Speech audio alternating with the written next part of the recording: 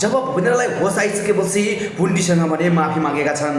हो दर्शकबिन, जब भूपेन्द्रलाई होस आइसकेपछि आँखाभरि आँसु पाएर तुरुक्क उठेर गएर पुन्टीसँग माफी मागेका हुन्छन् र पुन्टीलाई अङ्कमाल गर्दै भनेका हुन्छन्, सरी पुन्टु, मेरो गल्ती भयो, अबदेखि म तिमीलाई यस्तो हेला कहिले पनि गर्ने छैन र तिमीलाई झुटो आरोप पनि कहिले लगाउने छैन भनेर भनेका हुन्छन्।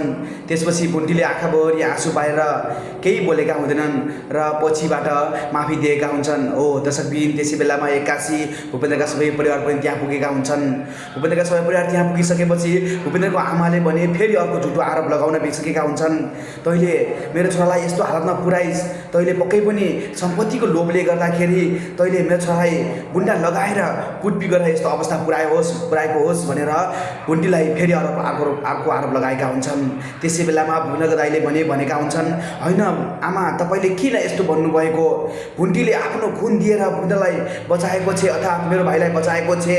यदि भुन्टीले खुन नदिएको भए भूपेन्द्रको हालत के हुन्थ्यो, अर्थात् मेरो भाइको हालत के हुन्थ्यो?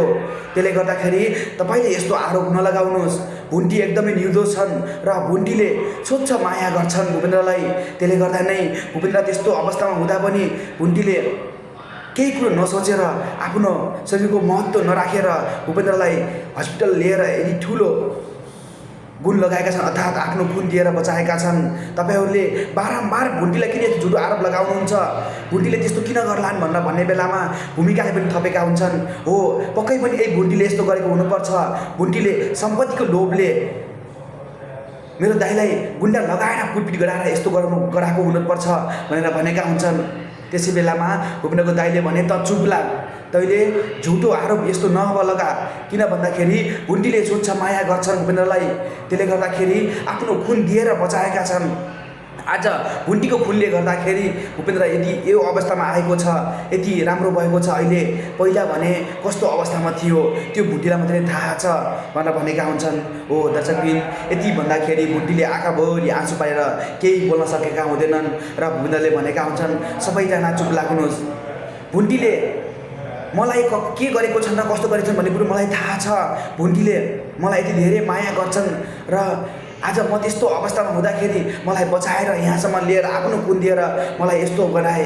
त्यसले गर्दाखेरि भुन्टीलाई तपाईँहरूले झुटो आरोप नलगाउनुहोस् भनेर भूपेन्द्रले भनेका हुन्छन्। हो दर्शकबिन, यतिकैमा यो भाग सकिएको छ भने अब आउने भागमा के हुन्छ त? के अब भूपेन्द्रलाई ठिक हुन्छ त? अर्थात् भूपेन्द्र अब हिँड्न बोल्न सक्ने हुन्छ नि त? यो कुरो थाहा पाउनु लागि अर्को भिडियो पक्कै पनि लिएर आउनेछु भन्दै बिदा हुन चाहन्छु। हस्त, नमस्ते।